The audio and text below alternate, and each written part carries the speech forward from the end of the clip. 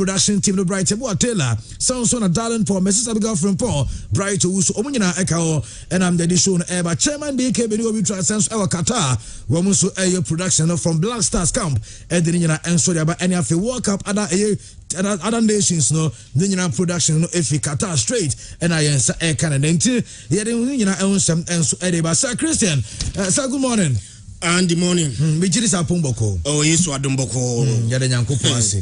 Adiachi and Biantino. Yeah, ready BTMC. Now, Monse Ghana for Nako, Ewo Qatar. And when you run a bit to just Ghana supporters are a crack ticket, Ewo Qatar. Ebimo air tomu tickets.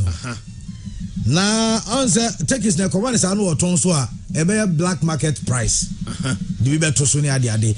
I'm at the Abanse police for us, Webby. Antiboni on my yard say or to price in okay. Number 7 yanchi because men am to me ticket. And I'm si bona fi minko hwebim. And obi si on the obakwa ko hebo ni ticket. And I'm bidding me ticket na manage me sika fi ni honum. Enti nchie na ya chi omo eno ne de o he. Ba Ghana ni so de andi o hochiri wa obetwa wa be. Especially Ghana ni hu say Ebia mena mi wo ticket big ni ticket big enia bread den se bono beso hwebi wan hwa me interest anase ebu a me de beto so mfaso a me pe no ebe times 3 of the ticket how much I bought it yeah msi efa de matra nyema ye no krumu ase a efa ye hudi no sometimes he thinks e betimi akubi mansion akoye ne afa ye hudi and you say enye first time ni me kai pass Ghana and Egypt. So I gave the show by 6 was it 6-1? Yeah. What's the ticket who you pa? Me kai pass Sam not ticket be an boy I think 20 cities. Ubi said that to booklet no. You say booklet you say 100 tickets. 100 yeah. And one what toss our ticket in the crane too. Uba system no more ticket na shorty. But na nipa ba ko pe ekura ticket mako 100 on the day of the match many tia me hu nipa kura no ton ticket bako 1.5 million but now 20 cities yes and even that the way na man for rushes so better ka sen ko otumu a still ka we no better Sri Lanka man for better said nanu ya Ghana Nigeria he say yes na ye e-ticket no and o me say nipa bako ntimi nto more than 2 or 3 yeah. And so say na say come on for better ticket na no cry chire no cry still na kofu o say water na hold there it brings about scarcity yeah and then so be scarce prices will always increase yeah and you maybe obi man so let's see how betimi I rectify the situation yeah there will work up no the MPC betting negative issues so betimi affect your performance on the pitch on say so far players na kasa there yenti nyema course Brazil 2014 no yenti bi they are comporting themselves very well. Even on the pitch performance no idea share ni munyam supporters no emfa bibi fufuro emeka ho ema emguye ni mu ase and on say developing story yenti the besi akọ na enya nchirimu proper and sa supporters ni achi wo no but Ghana for ensua de ye hu enua mo bokakra enti no menua Ghana ni na beso ko hebo no na take it to me to no be $200 na me de menua Ghana ni $200 a na nka de na aba ba be hwem no na $600 eno ni asem Big good morning Andy Apomboko de nyame adom bibia boko yeah that's sorry no pay de bani from Qatar na say Christian kind of developing story yeah and you go monitor any situations ebe ko so ho na yehwe but this thing I'm sure say ebia enya Ghana nko a say ya to take is near ton ebia enya Ghana but Ghana de na sisi aba ye kan wasem sisi yeah and first of all conform de ya cheno ntino be it Ghana nko not Ghana nko no assistance na Ghana ni ya cheno na say Ghana for ene ya chi omo impanyifo kasa bi yese enade me fa jade me fa ne de kro no kase ba yeah these are some of the things ayaya obaba ya sports stadium yaya wa Accra sports stadium almost every time I benya big match bi na say category A game bi ano these are things a lot of people do and yaya ukrum hanom sa but krum hanom no these are things that are normal Oh, so we are to tickets, no, they go on now, tongue, oh, now, coaching, cry, then those kind of things. And then the pana here, Tomo, when I besign for a catcher. So, no, I didn't want to walk on the ticket and all tongue, any idea. So, I idea I shall see a free crew, Hanum say. And I am your Hoshi. Any idea could be my son, if you say Honum to see a bit to me, I am Sao. And yet this house to buy a quackopio. Kumasia Santa Cotoconia car to folk last season, time of Mobile Ghana Premier League. Me kwaka ekwa kuhwe game ni bi me ne MB Prince you drew a car na stadium ho there was one heart to folk fan how you know now I forgotten the name among for boni di ni ade at a point an ticket ne ho ayeden center line VIP ticket ho ayeden na nkofo nya bi ntoro no no kita bebre and the ticket and the prices no and one increase no and on no gina abonten na auto and the people were buying. So we got to a point of it, and I say, the more uncle photo, the more no increase the price. And then I supporters in Libya. And I feel almost as yet almost Katakasani be decided to Montobium. And I take it in a can in 70 Kitano. A bonus. Yes. So these are some of the things I was saying. Shani address it. She said, and I say Christian Ekano. So being out on the tickets and also on cost stadium bium and our town tickets no Ediama Obia. Fine, fair enough. But over corner price now the money panel. Ticket racketeering has always been a problem. Oh, Krumasi. Black Star matches. Akara to folk Toko games. These are the things that SCC are. And the uncle for no yes animal who Krumasi, you know. Time I eat tickets and buying a lot of them okay. Because a coin BSC. Because of the e-tickets and see as animal very difficult to obey. So obey a company be a venue crow. But a car sports stadium, Kumasi Sports Stadium, unto me yes again because your book game will be only the e-ticket. And the idea was a Shana, you see no coin. Ghana World Cup. We are doing well in the tournament, things are going well. The things we want to hear, and name a papa about Ghana, and when we were talking about Ghanaian supporters, emulated the Japan for year after every match day our stadium. Cleaning stadium on many bibia. Sanya man nefe. And on a beton Ghana in a positive way. And on a pesa yete. Menya sure say Ghana ni bi o habia na be pesa obeti say Black Stars no. And name be city said you kokosi wo 2014 no. Okay. Debi. It is a young person betin say money dia fatim ne ho. Na e be pens and papa na dia fatim ne ho a. Because I know them more Ghana. Certainly supporters in a coin and so no. I was almost dance to my papa Eddie. You know, after World Cups, people decide to invest in certain countries or more World Cup and I say. No matter how popular Ghana is, and you'll be learning so much about Ghana. So this is an opportunity the person is going to hear things about Ghana. And those things should be positive things. It is a sunny money bar. Maybe after the World Cup. Now an investor can probably decide so about Ghana be invested. Directly or indirectly, we are all going to benefit. But say we are saying us and same be saying a beba. Only many pardon and they might be saying to me push people away, deter them some beba, baby no matter be invested. Until you make sure say and you're born there, yes, you can say a bobo. But apart from that, every side issue I can football in Humbiano, you sell a positive name. Positive news and I was in Yadafa Ghana when Yama be say Andy.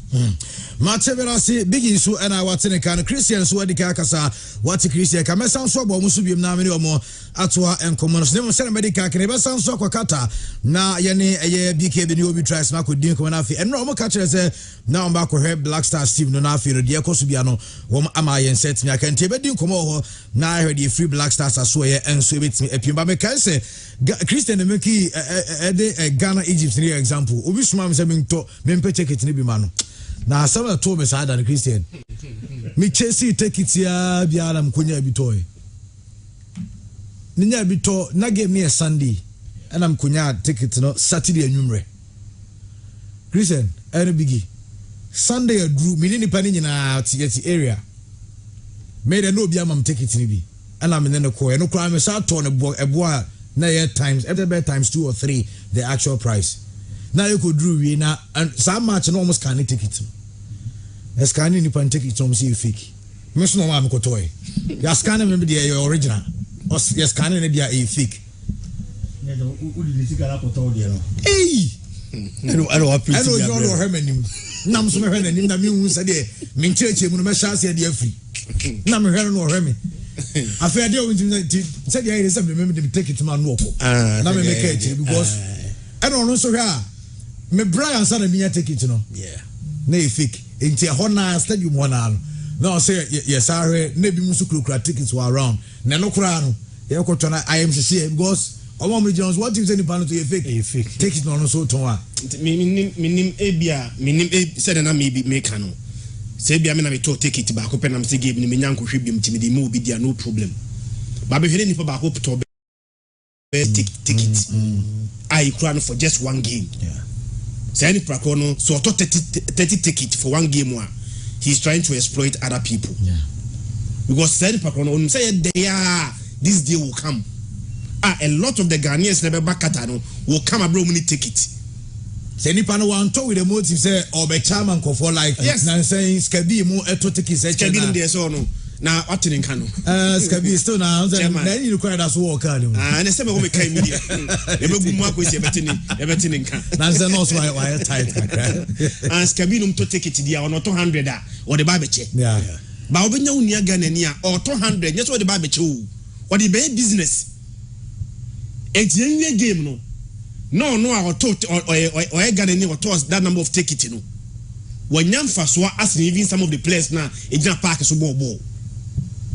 And I have Ghanaian attitude, you're holding Niema just to increase the price.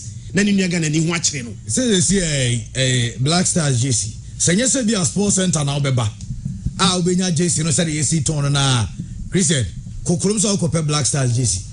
Even so, pet the emo do your original crash and Unyano. Now the anya papa no crown price almost a ton. I'll be more original. Original. Biggie. Sure. I don't count for Mujani. What the cool cry. Emery Macado or say the entroning you can do. Catacruna Casacron Mukako. Oh, and then one thing I'm also thinking about is that when was that the last time I interviewed Chairman Nona, Chairman Nekase? Take it time will be set on channel. Say the pan really fee, say a wapa, or say a day. Nippon the tickets in the Cocotana Stadium. So, as I'm not here, we are talking about to be a Wakoto tickets and every no be person beton. For all you know, every grandpa now buying tickets no the bar and Chema supporters. And no Nippon point Chenina Amani Niagan and Ibia and Yabi. And on Neki Pikaka and also the Cocoa business one chain. Because tickets no, per the chairman kind of means say the Maobi. No, not a ticket no. And wow him. Siska wumrema ne chenko be duru kumase ane chenko skano na beti media soma wumrem no wa chene pepepe kwa kudie ni 1000 amadie ni 1000 we die 1000 baro be duru kumase wi a ne na ni ho na e ba be chene kumase nti skano ye chene wumrema ane chenko ene duru fie ne e ba ba be chenso ane chenko nti tickets ne be ba all right but aba be di ono ne nsam no o yini pa mi ensan nan num a oni mo nim se o we mu de o se mom bi ni wi a obekom na de aka na kwabrane afa e de ama obi so nkonkoto ne kata na ese kata na ye kwakwa hebo but e ba ne asa ye se tam ne de ababa betena Ghana for I say sometimes you know ye nyi nua ho sometimes any cost of production e kosoro se cost of production kosoro na wo gina so de ato ade mu dia and obi anu be ya adwen because obi no be business aboka. But COVID by the Musa Ghana for Sebi Bibiri more day. COVID by hand sanitizer. There's this one pharmacy shop, not title draw up sanitizer near 20 cedis. Because demand the cost through the same hand sanitizer at on because the same shop, not price no 180 cedis. I don't know 20 cedis. 20 cedis. 2 times pay. And what they do. And because now it's scarce in Tino. I was forced to buy. Yeah. Me toy. But COVID the chair me no. Sa information me na wi. Means you want to ade bi mu da. Because me want to wanyini nua ho. And obi send me message say we have Facebook viewers na. Or say La Paz. Blasters just na 100 cedis no. Cost of production cost ro. They are now selling it at 300 Ghana cedis because demand cost ro. Yeah. amanfo demanding more nti demanding obi epe ntino se won so obi epe dia ene ye ntum o yes sir na wo dwen wan kasa ho more like selfish interest at the expense of the ultimate interest of the greater people. What to take it back? With the fabe 10% kwato so sometimes you know profit margin you know over 200%. That is criminal. Go for any abru 10% onye yentem. Okay. All right, yen to yen sem so na ye World Cup preliminary for games and of course no ni nyina ehun sem memra high pure 95.7 pure FM pure FM TV on Facebook and so back osabaka sanso and I live on 1HD TV yen sem no enso de bana enra World Cup games of course no na enra the final group game group A and group B Entina pe teams you know betia qualify from those groups. Na group A yenya Ecuador and Senegal our moebo. Yewe na Senegal ashe Ecuador kamienu emu team baako. And our branch friends Ismail Assar enya penalty ehye and our branch friends Khalid Koulibaly enso ede baako eka ho after sana branch friends Moses Asiru ateka no amana 1-1 na Koulibaly enso just 3 minutes after equalizer no Sar restore lead no and the Emma Senegal national team no enti Senegal e win inside game na kama the other game no Netherlands issue 2 ma Qatar enso entimi anta branch friends kodi Gakpo and Frankie de Jong issue 2 goals no edema Netherlands na ye omo group no Jeremy group A said the standings no AC ekodwe ye na just group A o my friends Netherlands and a top group A omunya emano mako enso 7 points and Netherlands for ADD first group A Senegal eto so mienu omunso enya 6 points na just ohwemu a Netherlands and Senegal and a qualify 7 and 6 Ecuador for enya 4 points Qatar enya any single point after so about 3 games and celebrate Kakenomo about the first host nation the World Cup about 3 games ninyana omalusi I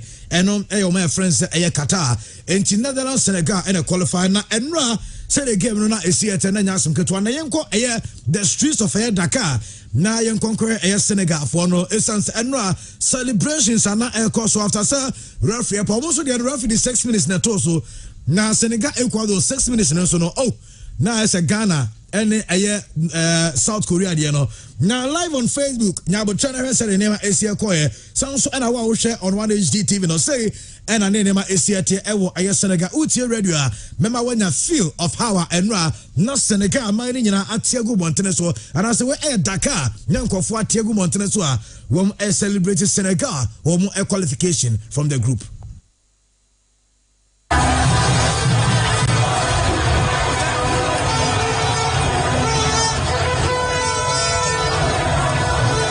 .7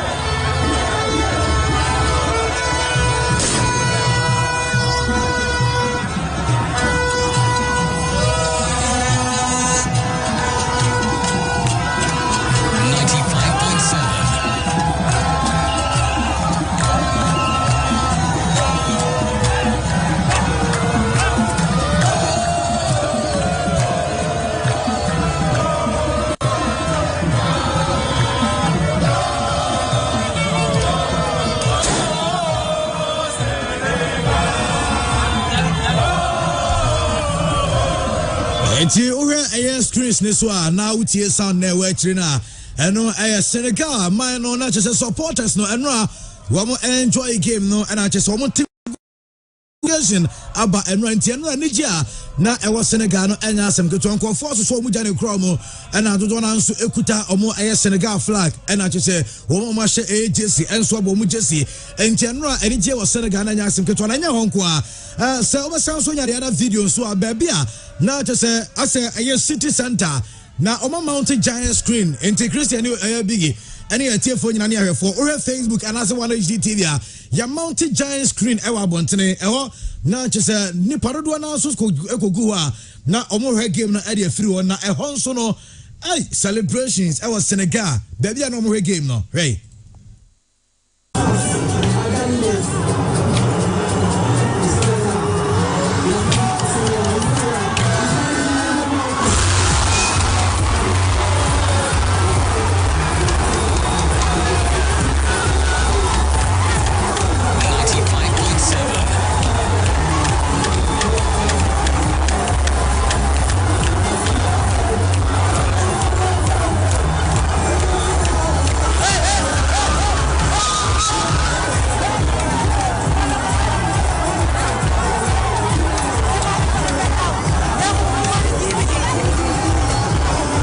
Kentiano aya Senegal mine mo enra na chese celebrations no enya asem ketua ewo aya Senegal uko streets so mame for enkwada gokrafo enem rantie mabawa etigu montene so na chese obia wusha obia unim no asa obam no na asa mojimo enra Christian ewo the streets of Senegal Dakar the other air pass no na nya asem ketua kwa we na football ma countries Andy onim say you ready Ghana budget Odem say the finance minister Eka say the year e baby room omonye employment or public sector. Odem say ya to VAT by 2.5%. But because you bobo ntinu sa man for crowd dwin so. These are harsh economic conditions. Day na Ghana so bo game. Yeah. Day na mo be yes. Nti abani smart no the budget ni be share. That was last Thursday. Any possible. Etinu kabadis time nya football ni nka Ghana qualify ni ekobo World Cup na. Ka tension nyina ebo budget no so enti football na ye ebo no World Cup na ye ebo no aboa ai pressure every government so now in the face of harsh economic conditions among bebrebe face you know this what football can do to you me so say bebre gina street no so moji omane kura no obahwe na one cedi kura bi no mbotom yeah minimum currency umudidie but maybe their lowest currency kura na e home krumo no one hwe bi no bi botom. But once the victory comes, all other matters are irrelevant. Now, the international Senegal for any bejesa, and just on the eve of the World Cup, and the Senegal for elusu Sadio money. Yeah. Tina, o say yabako World Cup no na chairman Kasa Africa ye hope kesiye pa Senegal. Yeah. But the Senegal be World Cup. Not the best player in their team. The second best player in the world air branch for the Sadio money. Nasa Senegal for Messena. Na eteki maybe 30% of their chances away from somebody to qualify. And to be able to qualify and the Omayadie despite the absence of Sadio money. Again, Simon Fonimwa. The last time an African team, actually South American team, SN will World Cup in 1990. Abra Cameroon, Echi Argentina, SN Kabako Montimianti. Since then, the Africa team Biako World Cup. Near Kosia Comibo for now, and the Intimino Momo. Tenra de Senegal 4 years, and he said, for the first time in African football history, and for the second time, I Timiashe Timwa, official region Muba. Now we are free order more. When we are the second time as Senegal qualified to the round of 16 at the World Cup. Me sure say first time we be abekai 2002. Omo create one of the biggest surprises in football. No me a debutant. Omo first time on World Cup no. Omo first game was against France, the then defending champions. And omo say France 1-0. Enra onum say Koulibaly dedicate victory to Papa Bouba drop. Yes, Jare so benya omo image na no omo poor game no. Senegal players no e de Bouba drop omo printing nimfo nyini e wo bana so kama we dey we say na ni sada sit down out is a perfect print sano pay. Na omo printing ye na omo de ko gina omo supporters na nim and I just say players no obi age no omo him na just say omo dedication to the late Bouba Diop 2 years ago. Yeah, 2 years ago at age 42. Yeah. And you know, the last time Omo qualified to this stage, you know, ne Papa Bouba Diop. Yes. True lion never dies. And at age 42, last 2 years, and I brand you know, etimi free moi. Omo kind say, baby odo mo kodru 2002 no, they are there now. Yeah. And secondly, I never call me African, many G and say the last World Cup near Koyen. African teams enuma edi omo koye no obi afimo group stage, and through Senegal qualification no, we are reversing that. Se BBS the 4 teams na kano, God forbid Ghana will qualify. But ojim papa no ojim boni. Se bibia kosi se Ghana any other teams no kwantimi an qualifier. There are 2 Africa at the last World Cup no, we are reversing it. Now they now rehone say the last World Cup no koye nandi. Egypt they were in group A. Ye we a group no na Egypt na we. Egypt enya 0 point. Group A no na Uruguay wonya 9 points, Russia nya 6 points, and Saudi Arabia enya 3 points, Egypt enya 0. The Chinese say Egypt lose all their games against all these 3 teams. Morocco and so our group na Spain, Portugal, Iran and Morocco. Spain have 5 points. Portugal have 5 points. Iran have 4. And Morocco have 1 point at the way. The area when say Morocco 1 point in Andy. The first game will lose 1-0 to Iran. No be him say Iran kwa de nanka Morocco ebetimi ahye wo mu. But the first game was a 1-0 loss to Iran. The second game and Portugal shared 1-0. 1 point na Morocco nyae no. Omni Spain bo 2-2. The net dey more na no. And omtimi nya 1.3 more. Ye wie no mawe.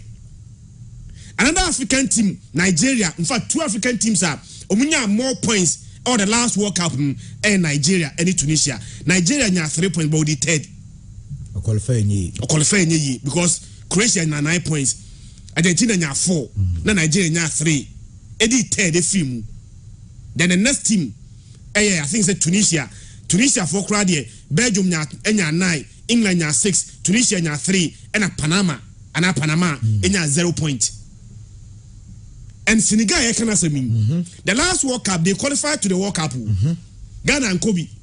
But the last World Cup now, even with Sadio Mane, Andy, now a group everybody thought that Senegal could have qualified. Now Senegal group H, Colombia, Japan, Senegal, and Poland. Yeah, we know. Now Colombia nya 6 points. Senegal and Japan obianya 4 points, but because of superior goal difference in Senegal befi. Any accumulated yellow cards yeah. Or suspension in Senegal befi. From the African perspective, we are CAF president. At the 2 years the last World Cup, see the 5 countries score in befi and the BCB. And the money here can say Senegal how many points 6. Yeah. The last World Cup no African team 6 points. The highest score I think it was Senegal we 4 points. Even that Obefie. Empire here bonus say nyame aduma send na ebibo African team bibo Tunisia they GD no form BYT Tunisia they 17 games at the World Cup and we need 2 pay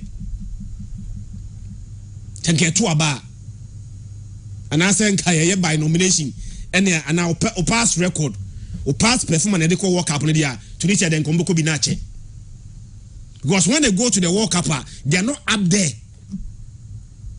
They are also playing against France. In Tunisia, someone had Tunisia to qualify. But in Morocco, to me Belgium there. Then it is within your means to qualify. Tunisia, Belgium, and Sankas one qualify. Senegal Kodie. But I think say Africa here in the year. Bibenya kahon. Ama at the round of 16, you benya 3 teams from Africa qualify to the next stage. Because Morocco, nyame admo chana about Canada. In Canada also they say manageable. Yeah. So I said Belgium there should beat Canada. Nyame admo china Morocco qualify. Na Friday Ghana they are so. Ni make sure say we say there Africa for you are making a case your numbers no dorsum. Yeah. Oko Comeboa South America, how many countries? 10. But say about World Cup no 5. But Africa, how many? I think so we have 54 countries from Africa. They are affiliated to FIFA. But you have 5. A mismatch. But the reason why we can't make more case for ourselves is that when we go to the World Cup now, now can't say there be from so yeah. And then South America can make a case because about World Cup now. Before they make a case for more representation at the World Cup from CAF, it should be determined by our performance. And so far, the first round of games, once they bought first games in African teams, in fact, Ghana and Kwane, the first team Croatia go at the first games. Yeah. But as you hit the grounds running after from the second games, and then West Africa for the first year into the World Cup. Adeba kwa mane jama enso Abante Feni Koulibaly. Now, Jeremiah Koulibaly starts the numbers after Enra game, and it will surprise you to know that Koulibaly ain't committed even a single foul Enra. Not even a single foul Enra. Yeah. Obian so anfa say ye twe no obian twe no. Chelsea for wadi na tem na nsen akakra kama. Bombom di baby. Na ohwe na 100% tackles success. 10 duels won, 10 clearances made, and they most 9 passes into final third, 5 possession won, 4 tackles made, and they most 3 area duels won, 3 fouls won, 2 shots, 1 goal, no foul, no dribble pass. Kalidou Koulibaly. Hey, but who's the stars when the here pani the one little mistake that you make. Onum say Colombia for corner kick on boy. Ecuador, he was supposed to defend that corner kick. Yeah. In his zone, I said Caicedo. Yeah, Caicedo bebo share. It was a flick from Felix Torres. But in that area, he was supposed to be defending that zone. It probably this blame national. Now I to defend Koulibaly. Ben Russell near Casalis was 7. That is where centre back come into play. Sometimes in a critical situation, not game no mere dead ball situation, centre back sometimes almost all centre backs our height. Yeah. Centre back be apart from maybe Lisandro Martinez and Fabio Cannavaro. Yeah, and say centre backs there. You should have a certain form of air height as not about centre back. To a centre back na a set pieces are. That is why you should be more useful in terms of attack. General, a shares are going to no. Also, a 1-1 no. Na a you for the qualify you. Nothing get Buffy. Yeah, now Ecuador for the now Ecuador qualify with that 1-1 no. And for a defender, for a captain, for a leader to come from the back and score the winner. I think Senra. So you mistake Biana. Sa one go no share na. And make sure say Senegal air qualify for the first time since 2002 to the round of 16. No, I think say he made great impact. No, I Koulibaly there. Biggie, Andy. Senegal, the first African country to qualify to the next stage of the competition. Yahre almost celebration sending Yama a course so sure. Edema Senegal for the minimum the Obekadia Fawasana Yatuasu. Andy, Namisha say from other celebrations. So your supporter na utim koko PM World Cup. No matter who you are. Senyama sha say kuya. Before you realize, now team kono say emfa ho ne tan award ma sa team no. Emfa ho ne tan e bi award ma coach, e bi the FA president, e bi player bi e was our team ni mu. But Nyama sha say kuya. Before when you be ba won so no wa sha say won tutu wani age. I was celebrating the master team no. That is why Bruni Walker said success has many friends. The other time, South Korea and Ghana, there was one person and I'm in a ball, no supporting South Korea. Or say Ghana nyadi, South Korea besha Ghana. But anytime be a Ghana besha go biano, or Tiamucha and Yana and support Ghana no. Because we are there, we are Ghana. So the kind of joy our World Cup need to be bro. Any sa and Yamano, idea second to it is a Senegal qualification to the next stage of the competition. Now, we the supporters and have no more Germany. Our bontain fan packs any idea. Except for that, more Germany. Except for that, Senegal mine. It's me Jenny because this is the second time. Omanya qualification from group stage, and they call the next stage of the competition. And the Senegal team, no, Michel Senegal against that of Qatar. Now me convinced Senegal beat me Ecuador. Okay. I said it here the other time. Yeah. So how Ecuador on the Qatar boy. It was all about Ecuador throughout the 90 solid minutes. Now how Ecuador and the Netherlands boy and they pick 1 point. Now how Netherlands this Senegal boy. Anyhow Senegal and Qatar boy na. Now Senegal beat me against that of Ecuador. But it is football. And now Senegal for only game ni muso mo kwa points no mo ne dia qualify not Ecuador. So we game ni bia. It was all about Senegal. Yeah. Because they needed it most. Ejenya me wanwa. So mo we no mo dedicated when they am papa bupa diop. They went in to fight for something. To fight for somebody. Any bad ni just na na e hye omo no. Kalidou Koulibaly adwuma na oye wa akire hono no. Juma Sadio Mane be with team nimo. Sadio Mane need team nimo. So you are going to need somebody on the base Juma. Even though Sadio Mane is an attacker. Yes. It's the only Kalidou Koulibaly there. What even case obi a Juma mano. But there should always be somebody who is going to be the face of that particular team. And with no disrespect. And it's not going to be an inexperienced Ismaila Sarr. And a good big stager. Obeti me a carry team there in a betty. You always need the experienced players. It's you know how born a Kalidou Koulibaly boy na. Clearly, na bibia chesa branch and any abrace or year Juma the Senegal team in qualification. Apart from general game no mobia ancheno. No 100% tackles. Only some group the group A. Why your clearance change defender be our group him. Okay. Kalidou Koulibaly in that group I have 25 clearances. More than any defender in group A. It's in a check how good he's playing. Now all fighting and the Senegal team no. And you should players no. Where Senegal performance now he be behavior. Adia bako pair catch me. And it's a consistency in football. Most of times it brings success. Consistency in football. Football a lot of departments and they make it a football team. Over here consistency in the playing body. Consistency in the technical team. Even those who manage team no, you need consistency in that. Now what team you are performing. But maybe a consistency in here be a keeper, a technical team ni playing body. And a Ghana ni be any aje.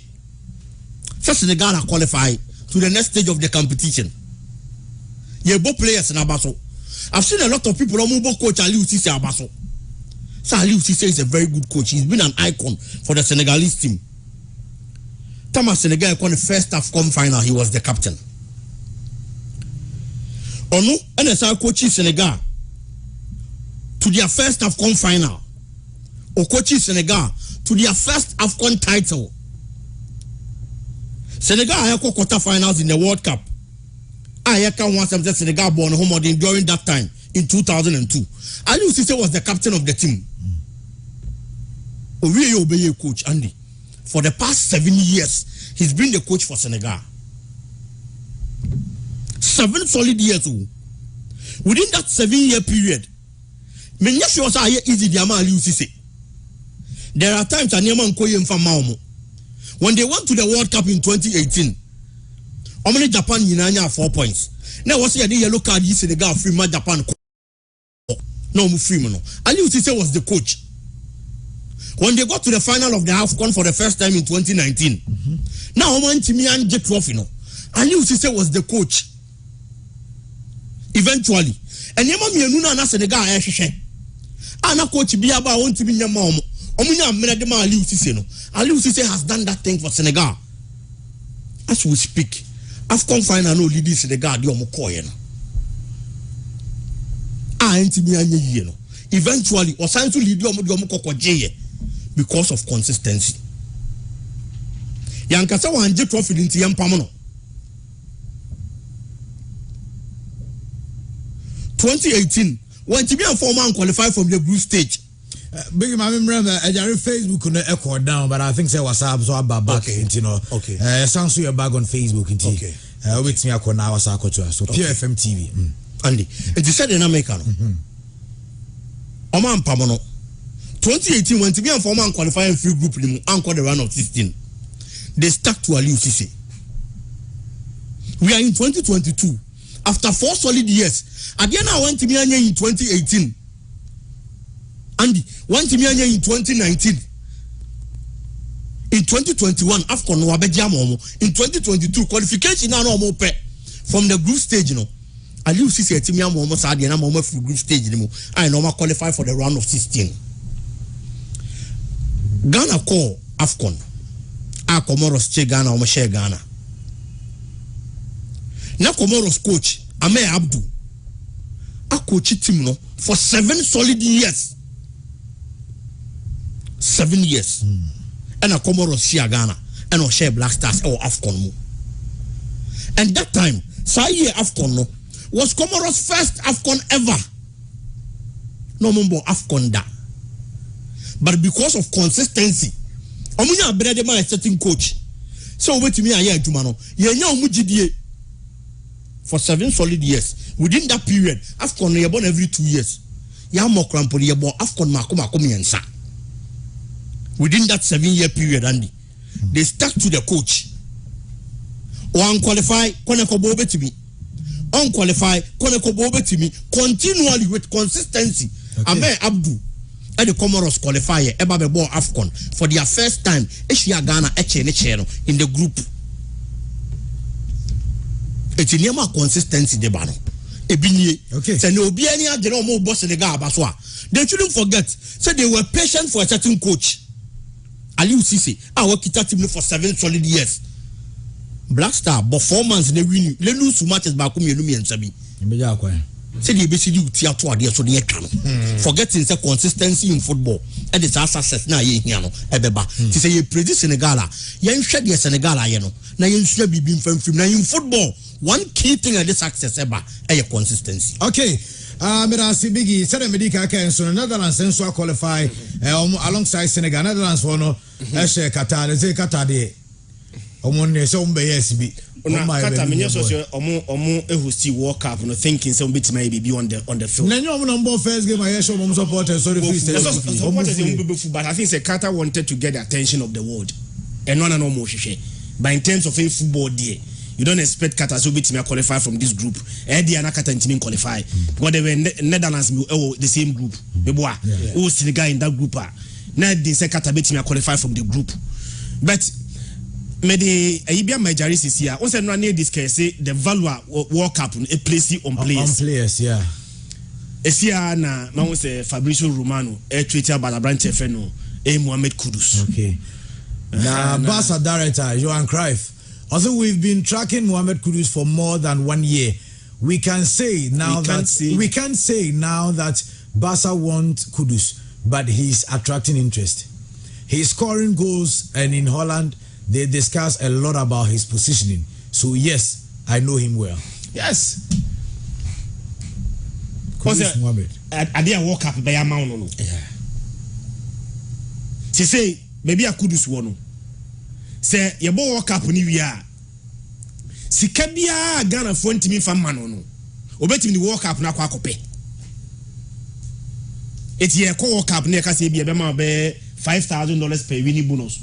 Now see nunti wonye qualifier fine but sa obona qualifier $100,000 de ma appearance fee no one shall bet me the World Cup na kwaje 1 week yeah and then you can say Kudus sign contract bia before the World Cup say na be man be £100,000 a week and then one will be demanding £150,000 a week. Yeah. The same thing and I applies to start a Netherlands for Cody Gakpo. 3 matches, 3 goals. World Cup na ebono. Ono say how many years? I think say Cody Gakpo. The last time I able World Cup, na Cody Gakpo 19 years. She says so at 23. So 19 years back, na Cody Gakpo at TV hu hwebi. So in Jude Bellingham. Yeah. Borussia Dortmund, England. Yeah. Or 19 years. The last World Cup na ebono 2018 no 15 years. Kudus Mohamed how many years? 22 years. The last World Cup na ebono na Kudus just 18 years. But 4 years now the value of World Cup we a place on this place no and the one we want to quantify. Now Abrante friend Gapo there na me anim kwani the way I was I built no in terms of anybody morphology anyhow I built no so we 6 feet 4 inches and the most in bia per striker almost that kind of air quality and I me Cody Gakpo asema ya ke player na discussing nti ono ne share AJC Edmond that yes. Since Mario Holland games no omo jersey number 8 Kwari you see in Chika Kerry Ghana tina Ghana person kebi obeba bebo we striker we complete package. You got a complete package or be share man. So one sense equally can also provide an assist. On him said before say Baba World Cup no. Now Osi Academy PSV. Andy. Now Oje games of Aba. In fact, 14 games in the Dutch era division. League in those 14 games, now Brandt Feno, Cody Gapo, I say 9 goals. We 9 goals in the phone one. Now assist in Kwa provided no, now 12 assists. Now PSV about the Europa League. For Europa League in the count. Europa League, no more 5 games. Was 3 goals as I provided 2 assists. So before the World Cup, now Cody Gapo has about 24 games, and in those 24 games, 13 goals, 17 assists. The goal contribution in those 24 matches and the net 30. Now he comes to the first time in Dutch history. Obey the 4th player, Oshe goes Atwaso in 3 consecutive matches. The first Dutch player, Johan Niskens, back in 1974, was a goes to us one game go, another game go, another game go, 3 consecutive games. The next Dutch player, Oyes Adinibino, Dennis Beckham, 1998 at the World Cup, 3 consecutive games. And in 2010, Wesley Sneijder, and so more 3 games new year, Andy, Nani in our Shegu. But the Makodi Gap or Diano, something we need to talk about, and he said, Omunina, no, only the teenager, Oyes Adiwi. Because time when I was listening to that no in his 30s. Dennis Beckham no in Oyes Adino. But we need to for them so anytime be a Netherlands best first goal be there on one. Was a certain goes insurance goal. Yeah. Ebia ya set 3-0 we game we what the back be kan one and you watch the goals there but you making so much of an impact.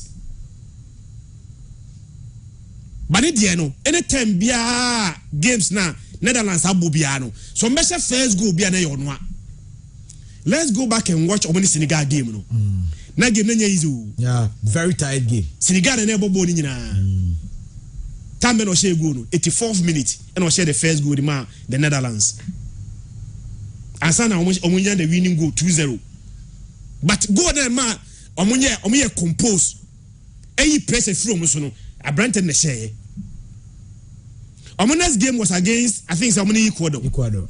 The starting game na 6 minutes, pine first goal, or that what him. And again, Enra on the side the first goal in the 26th minute. It's before the World Cup. Now, Kokoni Gapo hold more, a base 60 million. But me assure say right after the World Cup, say the cruise value increase, Say there are a lot of Ghanaian players value, and so increase because of the World Cup, Cody Gap or the old Corona is here 100. The value of World Cup a place on certain players. A 2 years smart, we have a sporting director, Edima Club enough up play bia, na World Cup here, turn before Sebeko World Cup. Onum say Everton for to Kudusa. Can only did you? Ebia Combeto Kudus be 35-40 million. But World Cup we and can Everton for everybody so more ton Kudusa and can profit margin over 120%. And it's hard teenagers in a mobile World Cup. And the way the World Cup a project to adding value to themselves. Andy, I am so happy for these players. Now, big young group being Iran and the USC and Christian Pulisic and so stand tall at my USC national team. But I don't know, interestingly, I was at your point game, Liberia Vampany. His Excellency George Aponria and the first lady, the wife, Omokoshia and bar, our friends Timothy Wea, Ono Ebo Erima, the American national team, and Ra. Now, Sir Jaribedame has have intended every night here after the game of dressing room tea. President, the same man penning where Liberia tour is what Qatar. Every US game of Kokorebi. Ti on the bano and I just say Omo Ekoshia after the game.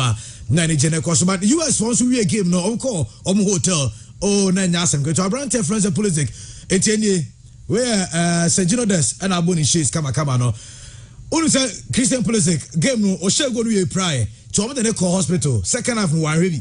No hospital. T almost point no Omo the number hotel. And no ebemiti a place. Now where any dia. No, can I say before the tournament, Omo Penny Kasai, Emma Joe Biden, Emma Moon Crash, Semtianra. Na Senka Enra game no year 1-1 ka Iran be qualify at the expense of US. Yeah. But US for maintain is 1 goal from around here friends police no politically na no me eduru baby on na me hwege eduru baby otu say saade no am say Iran players ni bi emotions kakra ba go around here ba ko tackle bi na dey call Johnson so Robinson so no otu saade na nya football na external force kamat yes US and so England let him say they are wolves there Adela Kasane Beji Gudada England and the US from Group B and so qualify quick one now Yemra and I give Safi Yenko Qatar and the said the Nasser Crazy Kano okay that group it was a political group a Nuanomiansa and almost share time for Bako that was our group anymore Wales England USA and Iran Jinan Cheng and certainly now Omobe Pese Omumiansa and Mumiunu Ebenya qualification no and the South group ni group now it goes beyond just normal football. US for the first time any qualification in the 32 team World Cup qualifying round Omotimia Kwako played the knockout phase Abraham Lucy game a group stage 2010 it happened but 2010 they were unfortunate on Beshia Ghana and Ghana you free mo that's Samoa Jango yes Samoa Jango no US free mo so this time around 2022 on my side to sweat me qualification with 2 draws and a 1 win just as it happened in 2010 so they are confident to say and you bet me a koye the amount na omakwa kuwem the next round even qualifying from that of the round of 16 before that game now omoko pre-match Andy an Iranian journalist ego kubisa US for captain say how does he feel playing for a club like a team like USA onim say penasem but o see a kind amount say in some phone ko bisa question we are so onim say penasem indirectly it was a racial question say o man na mo kra mo see a kind amount no munim so o man na penasem but mo see a kind amount tie basa ya na say na mo feeling o be say psychologically or winning the battle over you even before you get onto the pitch. Sani be yakoko shiani krum for Iran for now. Untimini omumo. And Tyler Adams made a captain for US and so very young 23 years. Yes. But he was smart. I know captain Zemtroni in say racism is something that happens all over the world. Enya American kwa. And on watana baby bebre. It is about racism. Enya dia ono na bodano. Psychologically so when you be smart now you're tougher you will lose the battle even at that pre-match conference. That is why I'm saying say this is a game now it goes beyond football. You're America and based on that mentality the Americans wouldn't want to go into this particular game to lose that game. And this is America but every game at the World Cup nobody lose Kramboa. They are going to make sure that they will fight for with their last drop of blood against Iran. So we lose our game now. Because that game goes beyond football. And then no one idea koko chire park so America did 1-0 win and did qualification. The mentality did that job for them. England and Wales in charge this particular tournament or more quality between you qualify for the next stage. Marshall's team no this tournament. There is nothing extraordinary about the Welsh team. I want players be Guy Bill Honum, Joe Allen Ramsey any host of other players. Oh, that's what team consistent. Yes, but all these players we are talking about, any players that's more prime. And other countries no more World Cup anymore. A lot of their players, and I say key ones now are players in their prime. Croatia suffer because their key players though Luka Modric, but clearly in this particular World Cup against Morocco, so Shabia, who said the young man in midfield, man a very tough time. I'm Rabat. Yes. Yes. It's the man no more prime no. Lead you teams no. In this particular World Cup. It is the guy bro we are seeing in this World Cup. And the guy bro of 5 years ago, 6 years ago, 7 years ago. England team no quality the starter. Even when the coach Southgate changes England team anymore. Clearly, A Chelsea England team no is solid. You see, a good team is one that is made up of a good bench. Yeah.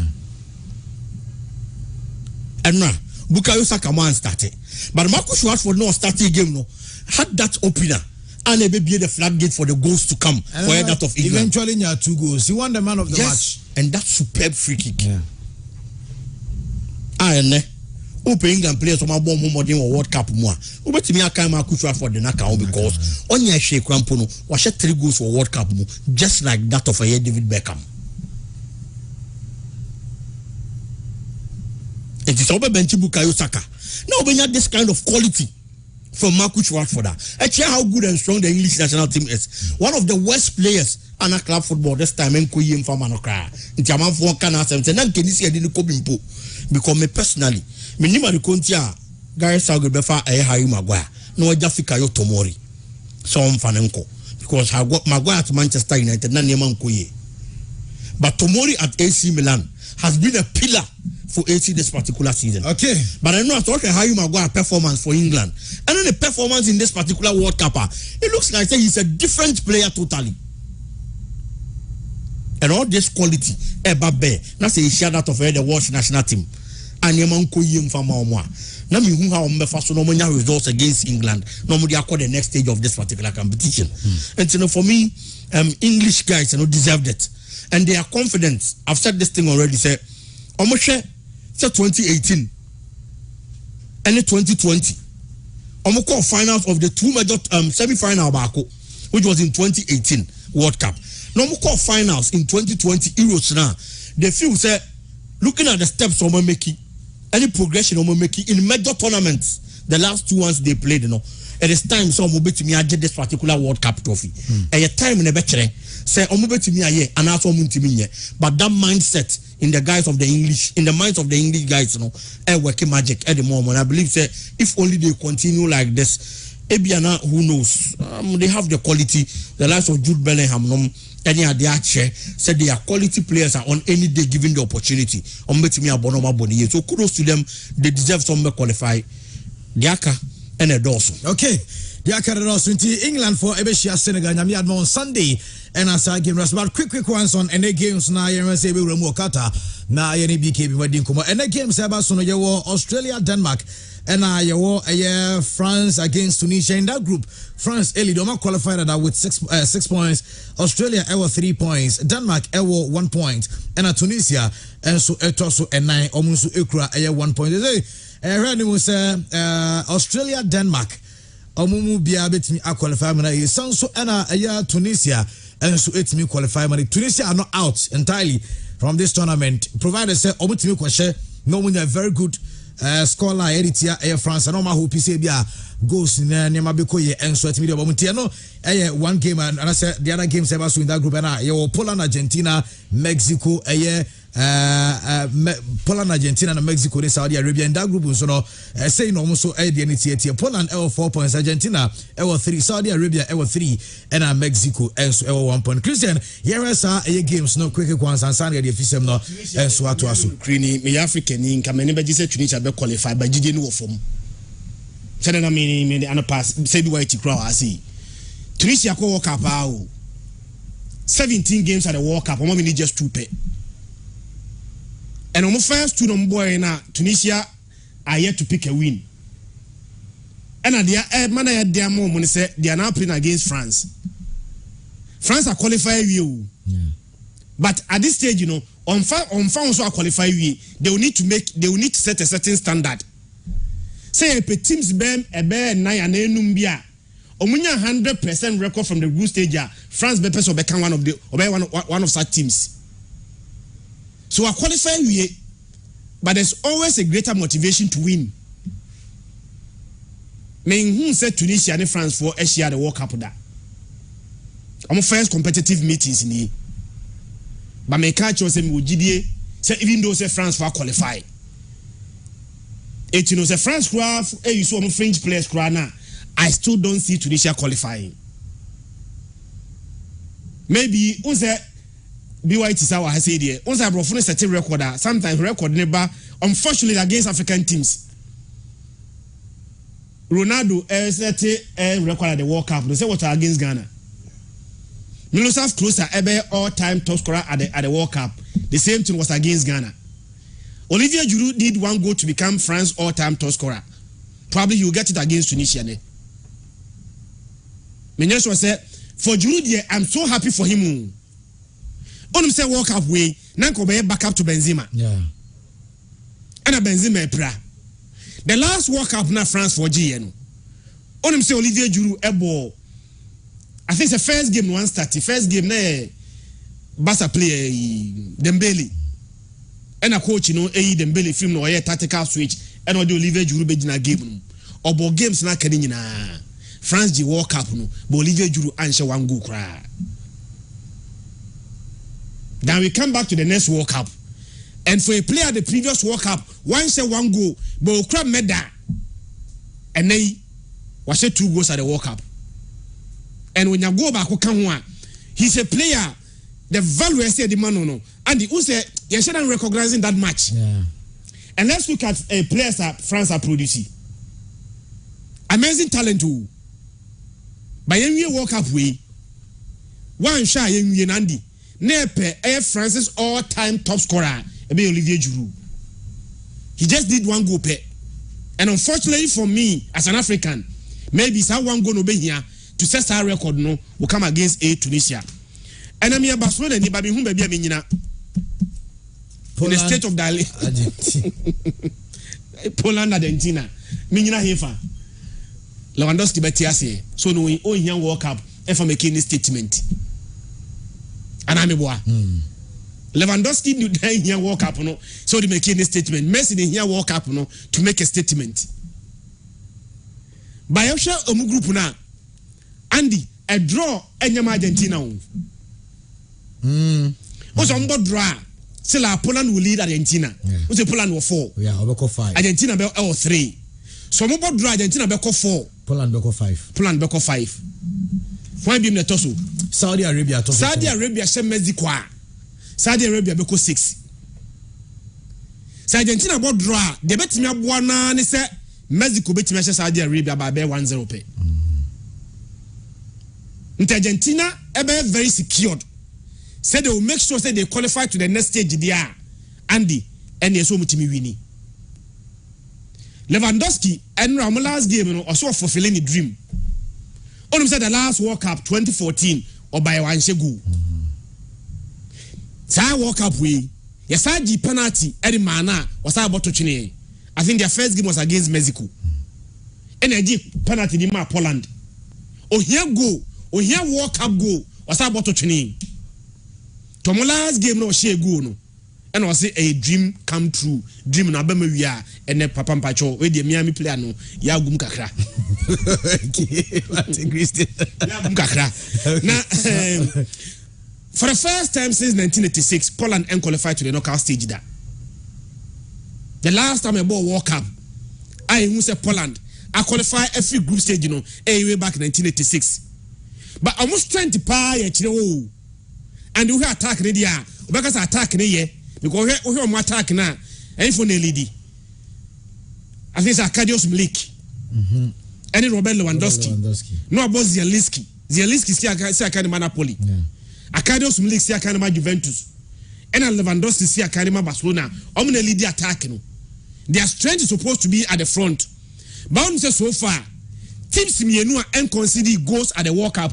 Poland is one of them. Born Tom net. Ball enter Poland net. And so stretch it beyond the World Cup now. Andy, about 4 games, 4 games, Holland had to put clean sheet in all those 4 games. Born Tom net. Not so easy to score against them. And side defense, so much me a Germany here. The only here is that they should keep a clean sheet. So when a clean sheet, that's Argentina and Timia and so more. That's what Mukra and Shegua. They are qualified for the first time since 1986. And how they'll be able to do it. Their last encounter, the last time Argentina and Poland share, and in a friendly game, 2011, Poland asked Argentina by 2-1. That is their last meeting. But we share Argentina and Koye. Anytime you measure Argentina, the last 11 times, Poland and Argentina siano ne nyina ball to Poland for net side defense no adwuma omo adwuma je papa okay but Argentina bounce back after mo first game defeat na sa shock no bounce back almost step up Mexico. Even against Mexico first half been impressive until Messi step up in the 64th minute or says how winning goal no Andy a very suicidal for Argentina so one of the favorites now Argentina team qualifying for group stage the last 13 World Cups Argentina qualified from the group stage 12 times. Yes, so Babeji. One to me and now Argentina film group stage in the year. What if you find Chom? Mate, yeah, but you never have him, but I think a quick one on that Poland Argentina game. No, now, Yemfa F7 to Akasa. Argentina, Poland. Robert Lewandowski, they also have a World Cup in Nobel. But the fact still remains Lionel Messi will be on only pray for trophy. Unze we are Sabrabona Yebon will be an standards our set Yamano and will be an the targets. And so so. Nase wo dear and it will be to me and Skakano to Kula. But will be a brabo bonin or Pelamogini na toa. Only me no. Say Drew say emprene and Kotakuma Crampa. Then an issue I didn't win Lamogini bet me a Fatakuma Nejawo. Our Pai Boniculano. Robert Lewandowski only needed a go at the World Cup to make him okay or content with the Wenya at this particular stage. Lionel Messi is never content until he wins the World Cup trophy. Because for minor or criminal, a bit more about Bejibi. I will pray to be a draw moon stage, and this year, this ultimate year, and I say, bro, and then only the only motivation for Lionel Messi. I am not sure a favorite will want to get out of the competition at group stage. Debbie, the whole Argentine team, everybody will be involved. Every player, our Argentina team, is going to make sure they fight for Lionel Messi and not necessarily Argentina minor. Okay. They can't watch Cristiano Ronaldo qualify and watch Lionel Messi exit at this particular stage. And I believe that alone is a motivation enough for Argentina. Okay. Straight up, yeah, it is going to be difficult, but they are going to win. Okay.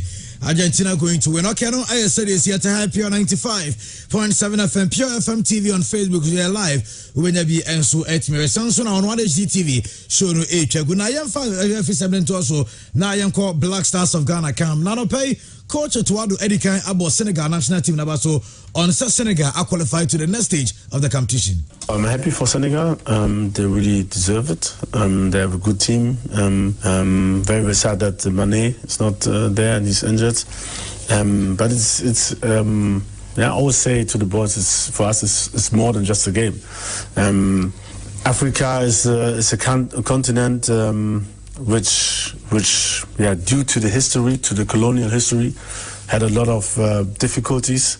We are now trying to organize ourselves, organize everything, the economics ourselves, and trying to get, even though we're independent, more independent.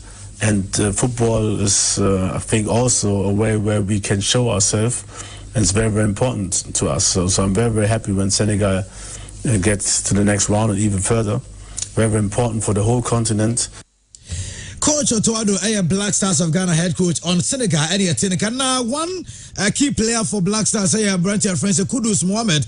Now, Coach Otoado, I'll discuss it, and that's what highlighted on Kudus, their strength and in the weakness. Yanti Otoado on Kudus Mohamed. Yeah, surely always depends on his position, and we try to prepare him for his defensive task, but also offensive task. And against South Korea, he started a little bit more defensively from the right side, but had all the freedom to come in the midfield and do his game. And offensive-wise, we try to give him the confidence to do whatever he thinks. Surely have an eye for a teammate, but also if he has space and he can dribble, then he should use it. It's a big strength of him to go 1-against-1. He has a great shot, so we encourage him to do it. Surely there's always room for improvement, but so far we're very, very happy with his performance. I know I coach Tuado and I all discuss around here friends Kudus, they are the strength and in the weakness no, and what they are to Ghana department are proud to the World Cup, not Ghana for any GDA away goalkeeping, especially Lawrence Atizigi. Coach Otuado says so far, Lawrence Atizigi, papa. Yeah, I think it's a great tournament up to this point for him. He really did well, especially in the last game. He had some great saves. We knew before that the goalkeepers we have are almost all on the same level. So was very, very sad when we got the news that Jojo Wallacott and also Richard Ofori were not able to come due to injuries. But on the other hand, surely we were confident enough that we have other goalkeepers like Atizigi, Manaf Nuruddin, also Danlat, who are really doing well in training, and Ziggy obviously playing very, very good. Was the decision to settle on him a difficult one as your number one for this tournament? Yeah, we discussed a lot. Surely Richard is the head of these discussions because he's watching them more closely, also when they play for the club. And it's not so easy, but I think Atizigi is playing at a high level in Europe, playing day in, day out, and then also playing good. So this gave the decision for him. Hello, I coach Otuado on Arantia friends Lawrence Atizigi. Nidia na Osanso Akasa, Dodona Ghana for Nakazo. Nyami Adman Friday, Ghana Uruguay, where they are revenge for Luis Suarez and Akosu Debi. I wanted the Omun seeking for revenge on Suarez. Yeah, just like every other match. Surely we want to win. The good thing is that at the end, if it's a draw, it's also good for us. But we want to win this game. I'm not too much thinking about revenge. For me, it's a normal game. Surely, I also was really, really sad 2010 when I watched the scene, and it was a big chance for Ghana to proceed to the next stage. But it's 12 years ago, and now it's a different match, a different approach also. So I don't see it, for me, it's not a revenge, and I'm not a person who's seeking for revenge. I'm a strong believer that, if we don't seek for these revenges and all these things, sometimes we even get more blessings from God, and we try to do our best to win this match, and I think we are confident enough to know that we can beat them. Well, any revenge on Suarez, according to Coach Friends Otuado, Asamoah and so Eddie One and Eddie Amasa, Ubia Kaso. Where they are revenge on Uruguay, and Asamoah and so 12 years ago gave na Ujinem Yenti Asamoah. Plan, they should listen to what the coach will bring on board, and then they can all plan together and go. Definitely, we are human beings. People will have it at the back of their mind about this revenge thing. It's a normal thing, but it shouldn't get to our head too much. We have to just stick to the game plan. Whatever the technical team brings on board, and then we can work on it. And definitely in football, there are individual brilliance. There are certain things that comes naturally. That you can exhibit by yourself. There are certain things that are not taught by a coach. But the game plan should be the most important thing. It should take like 80% of the game, and then the rest can be history. So thinking about this revenge thing wouldn't help. It will make you even make mistakes, And of course, when you are wearing the shirt, when you are wearing the color, of course you have to put everything. You have to be more emotion. Like you have to put all the emotions into it, And then in football, you don't. The mindset, you have a lot of people on the field, like 22 players on the field. You don't know what goes on in somebody's mind. That is why to manage a team is very, very difficult. But your question is a very, very good question. I think we shouldn't go with that revenge mind. We should just stick to the game plan, and then let's see what happens after the next minutes. Well, I know I baby Jata Samoah on Inaki Williamson, so no. Did one worry say Inaki go see Emma and not Samoah say more Inaki because already I say Inaki I am very, very, very brilliant. Yeah, I think Job is working tirelessly. He's doing a couple of runs that makes defenders very, very tight. Although sometimes the runs are a bit wrong, but he's giving everything, and this is what we need in the national team. Even if you don't bury the ball, you don't score, keep everything. Let the people see you are dying for the shirt. And you could see how he was playing. Although he hasn't gotten used to the team so far, but he's playing with the heart.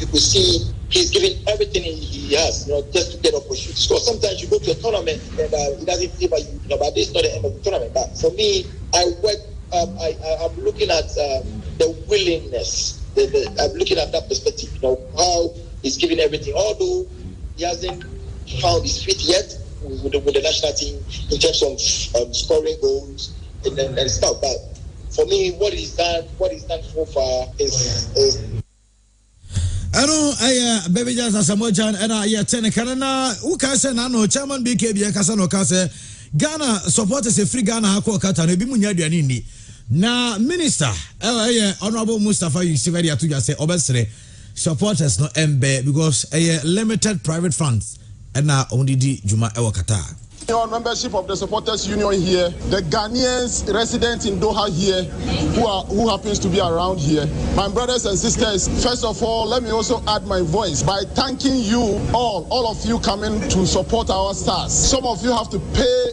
by yourself, your flight, your accommodation, your feeding, get here to support our national team. On behalf of His Excellency the President of the Republic, I want to say thank you.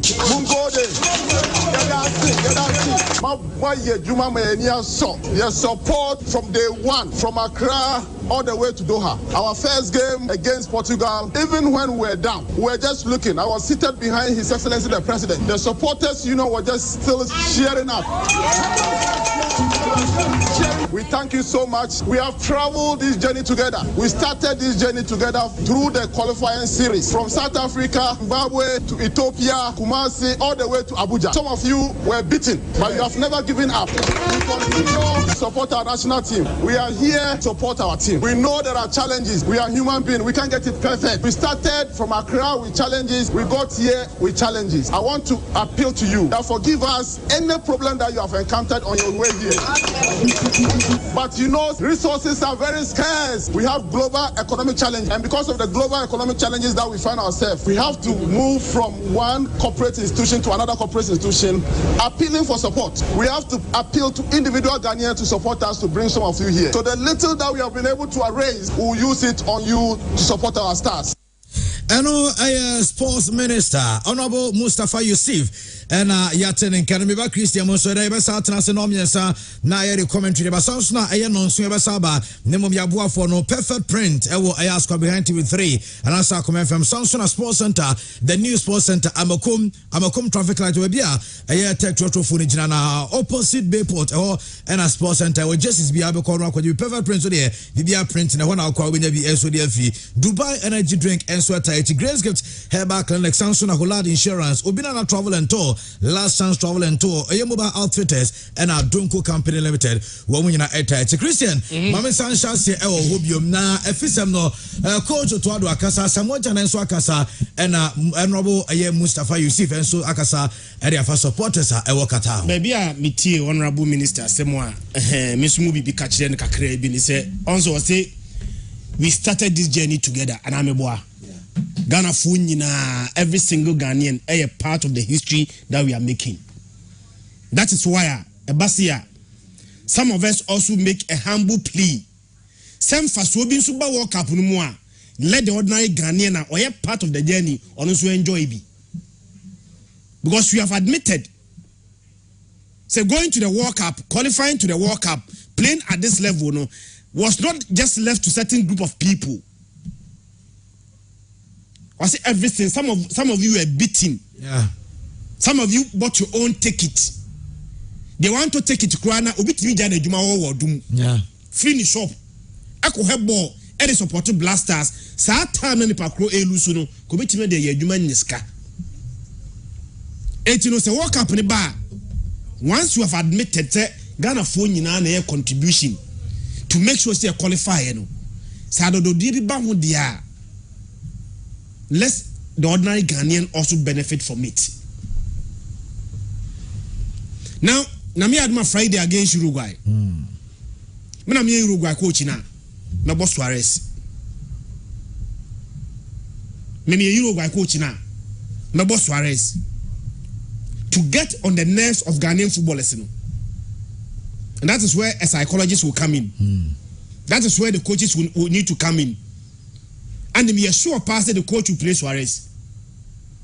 The simple reason is that let's go. The moment Suarez made that park, no so why you support a crowd. Yeah. Say before they translate into the players. One shot Suarez made you play back with him. Wait me crowd when the penalty crowd. 2000 and say how many years now? 2010, 12 years now. Part of SAR squad. Yeah, they didn't need Jordan. Jordan bought 2010. 2010 Jordan movie Didi. Didi are you? Let's only lay goalkeepers. We should not be consumed by revenge. Naturally, when you are consumed by revenge, you lose yourself. Yeah. As a BR Nipakrona, obviously be now taking revenge over him, occupies your attention, you lose yourself by trying to revenge. Actually, the coach will be very smart, I know. Say Uruguay coach, or very smart. Some about Suarez and maybe Cavani and maybe Darwin Nunes. Omumi and Sebia Munukwa Neboa Suarez will start. Suarez plus the other. Not just because of the game, no, but just to get on our nerves. Because in their first game, we bought Suarez and Darwin Nunes. Yes. In their second game, we bought Edison Cavani and Darwin Nunes. Into coach, obey smarter. Also, Omofra a great interview. One if I Kasa. All the interviews Suarez in Kasa you. By head of this game, Suarez in Kasa. Psychologically, they are trying to get on our nerves. Provocations. Say before na, what is say before na no team control. Near the correct game no. You will not be focused. The attention will be on Suarez. Suarez is saying a game no matter no mania qualification. Again, at this World Cup, Andy, as will be a something for the first time on the Ghana. I'm saying any Portuguese here, BYT, me say the last 4 World Cup, not Portugal winning the first game that. The last previous 4 World Cups, not Portugal gone. Now the first game no win. What the Ghana reverse is hard trend.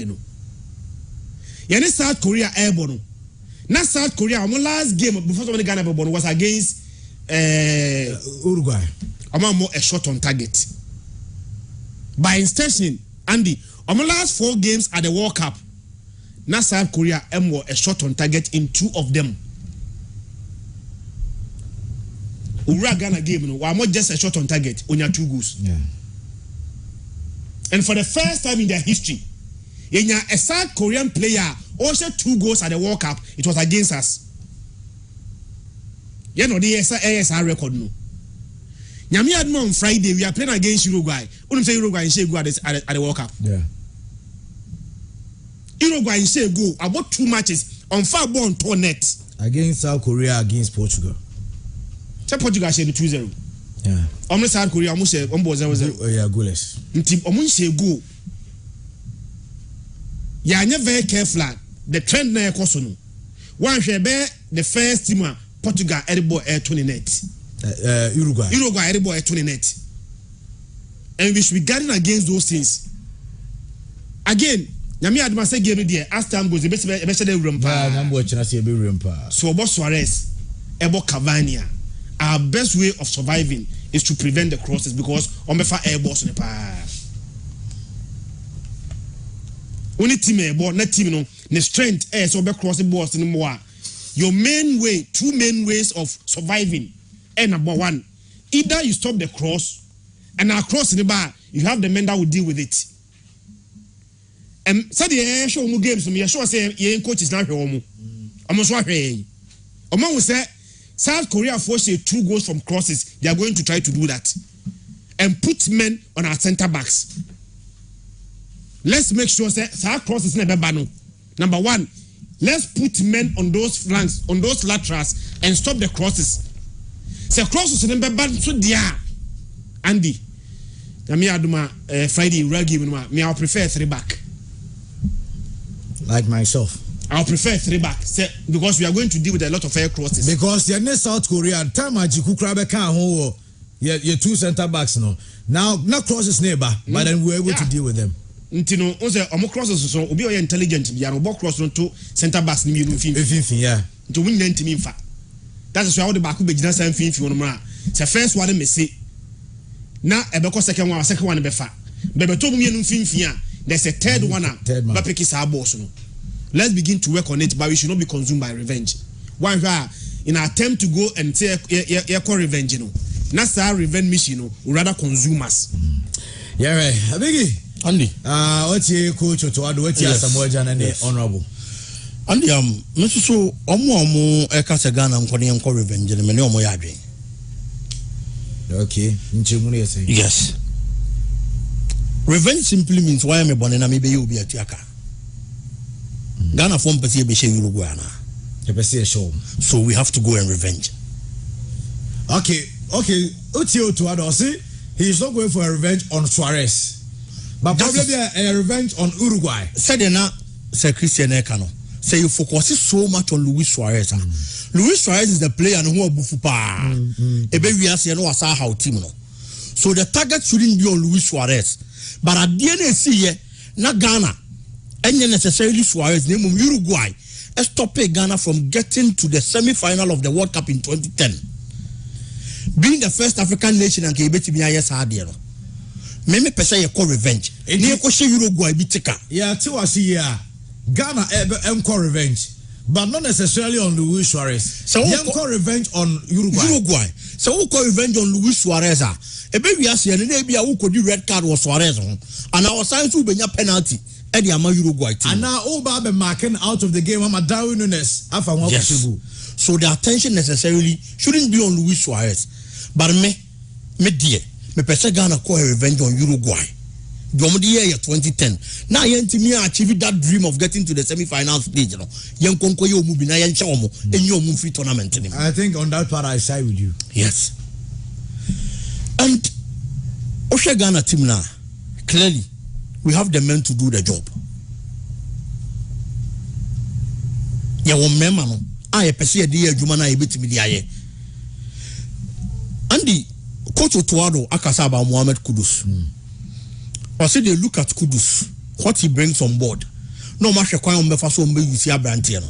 Nti omo hwe defensive abilities.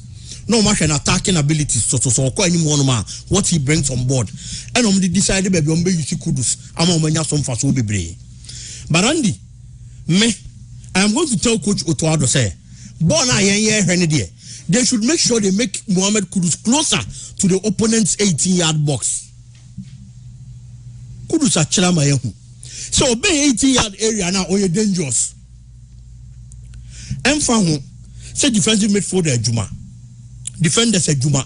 And it's on a lot of ball recoveries. Omoba will need possessions when there is pressure on the team. But sorry, Ghana against that of South Korea. Ghana play a lot of recoveries.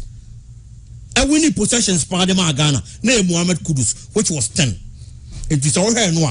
Because defensively, a branch anyone who more pa. It will be drawn into the midfield. No one supporting midfield. There's no Maya Juma on them. But we shouldn't be looking at that. So Thomas Tay Party or Abdul Samad Salis. Who this Mrantia on 15 man. Clearly, all my church are doing yet. Na pressure bomb betimi aboa no mabom ho moden e de si pressure na no de amagana minima de konti e wo se wudi Mohamed Kudus ekoko kasa amrante no wo mfimfin wonom. One clearly with no disrespect to Inaki Williams, but to striker at this particular tournament entimi ma a lot of goals. But you have a midfielder obey 18-yard area bia ball a obo into the goal post no e ball I betimi ni goals abrewa. Sure say was say you are going to be thinking about the defensive abilities of the midfielder. We should be focused on the offensive abilities of Kudus Mohamed. Because Ghana and Yaji Bebre say share South Korea. I and Yaji Bebre ni no. Kudus Mohamed and this I win by eventually he was the man of the match. 2 goals are granted and share. There haven't been any Ghanaian player our World Cup. No wash Bob Brace in a single game they been see it. And for only top players, midfielders, Sule Muntarimo, Stephen Apiamo, Asamoah Danmo, Michael Essien, any of the World Cup. There haven't been any Ghanaian player Bob Brace in a single game at the World Cup. The first person to do that, Kudus Mohamed, and it was because he was closer to the box and in the 18-yard area. And the coaches in making sure. So I'm so much okay with defensive Juma or the Abu midfield. No. But a brand, you know. So I striker to say, Nakino, yeah, Jumana goes in him. No, Kudus. Oh, yeah, midfielder. No, yeah, Juma, but best and former goes. You put the two together. No, my Juma or anyone when your results. No. And I believe so to focus on a brand, you know, attacking abilities. And you call him one of the Beba. Don't forget the defensive job. Salis third party actually clearly so move to me I say Juma. Mate Mirase, I know I big in so dear and I was in a bright what tell our boy now because Ghana ya kobo your second game group no. Now you will sound hey Ghana you lose tell her. Our third game so at the World Cup and so no say na na is equal the Ghana. Yeah, your third games you know Yarene just a game. That was against US of A. 2014 you lose to Germany. Mesut Ozil and I said the go and of course yes I call Brazil Portugal and I say 2-1 our last matches but the about na me hwe ne say wo hwe year o man de Senegal when you take it for the run of year 16 yeah who say the last time you call World Cup 2018 African yentimi an qualify Emma na ensida since 1982 with Spain both o man din Algeria and after no Morocco ekwa ya o man timi advance but the sad case for Algeria and African United as say Algeria for any opportunity o mo share Chile no mo lead Chile no mo resa Austria versus Germany no ene ma betimi akoye abra na Algeria akwaso asset ashe o man di West Germany at the World Cup na ye history kese pa but omo make sure say two teams in the qualify also omo share difference of 1 goal enti Germany share Austria 1 Emma irrespective of a year winner now man the Algeria benya over Chile no enti for mon qualify eno na ma Algeria for koye protester omo make sure say omo test case no say FIFA and we say it says World Cup near Bekono. A do last round of the games now you simultaneously. And then ye do one dance here and matches a course on running no. You want a pepper the same group. Algeria, the sad case to Algeria in 1982. A year Barcelona no and ye Krokuma Babesine. And Sabriano the first time FIFA my 2 slot. South Africa Enfa or Mami Numra World Cup 1934. Na invitation. And now the man United Arab Republic now Egypt. If you are young Kobioma 62 my slot there was a protest. Africa boycott World Cup no both 62 crowd here Bokakra later on and by 1966 Africa Naka say nya de be World Cup na e ba so nti omde petition koma then FIFA president Stanley Roos ma ya na de say said ye be also Africa yani Asian opposition ebehia but our man is a car for Chuomo and 1970 yenya o my friend say Morocco call World Cup 74 Zaire now DR Congo and 78 Tunisia ya kan wasem ebe the first African country win the FIFA World Cup game beating Mexico 1968 78 Argentina and who did free waba the last time anan kayant me progress no car for say no after 82 no last time I call World Cup 2018 or Russia but this time around Senegal ako and me hope see abasanya history be make history this particular World Cup abra yenya 2 teams from Africa and now 2 countries from Africa qualify across the next round after see about group stage nya dey be any precedent say yabo a World Cup na Africa countries may not qualify so in this case your Morocco to qualify still and that's Tunisia timi share goals be me nsane 90 France possibility say Tunisia be qualify no e wo form there but omo ye hopeful say esia bia niama betime si Denmark enso ne Australia game but we Australia so Tunisia for no and ya omo film because Australia na 17 World Cup games we win ba kope even wako clean sheet just one we win 2 na ba kope na wako clean sheet it fell from 1972 and Tunisia for ya and omunyo second clean sheet to omo so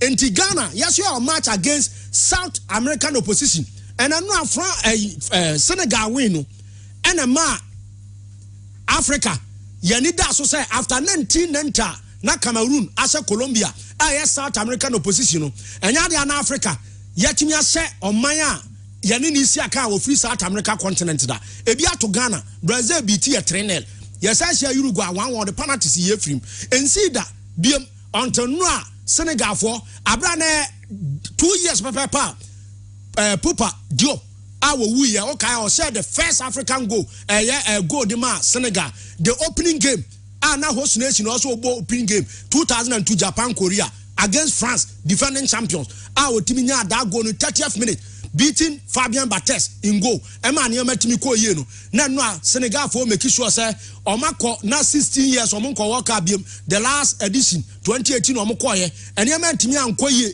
due to Niama na ose de toto akwam say Oma she 4 goals Japan she 4 goals Oma win ba akwa draw ba ko the same thing happened to Japan but there ba ko e be differentiating say ose e use card accumulations and the disciplinary measures and e de to a Oma antimi anko omanim and this time around Oma antimi qualify etimi hope ni say Andy nyame admo kina ye ne South American oppositions ni sia Eden after some time no na 17 wins defeat and yenya and you draw 4 pay and this time you know you say you win and so what not 21 matches this year you lose 17 and draw 4 in 21 games and then Senegal breaking until you will be said China on my Uruguay so Ghana they better on a level said now for the first time a 2 representatives from Africa got the round of 16 in the FIFA World Cup history and but against Uruguay nyame admo China Friday no once makase and share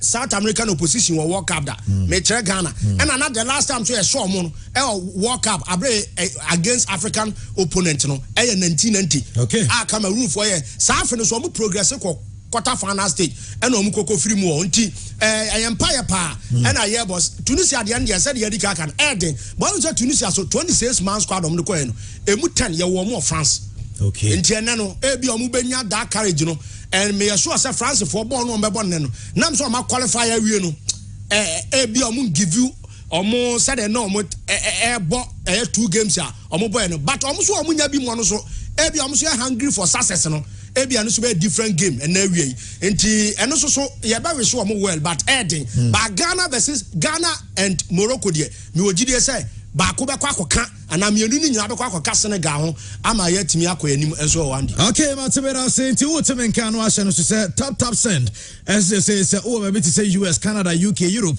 baby a wetumi asend sika e dey abroad of Ghana wa bra ye nyo kapre but Ketwa bi na so ko anim na tap send download bi Google Play Store na so App Store so na che so unso use na ye say oh baby to say UK ye chow £5 o first transfer be no ye chow £5 na ye nya so go download do na we use promo code no Pure FM oh baby to say Europe say bia Germany and other countries Netherlands and also ye chow €5 sounds so era wo US offer and also you have chow $10 www.taptapsend.com taptapsend papa no kwaswa na use taptapsend no sounds so era yenka obi as Dr. Lawson about clinic aso omudinro area ba na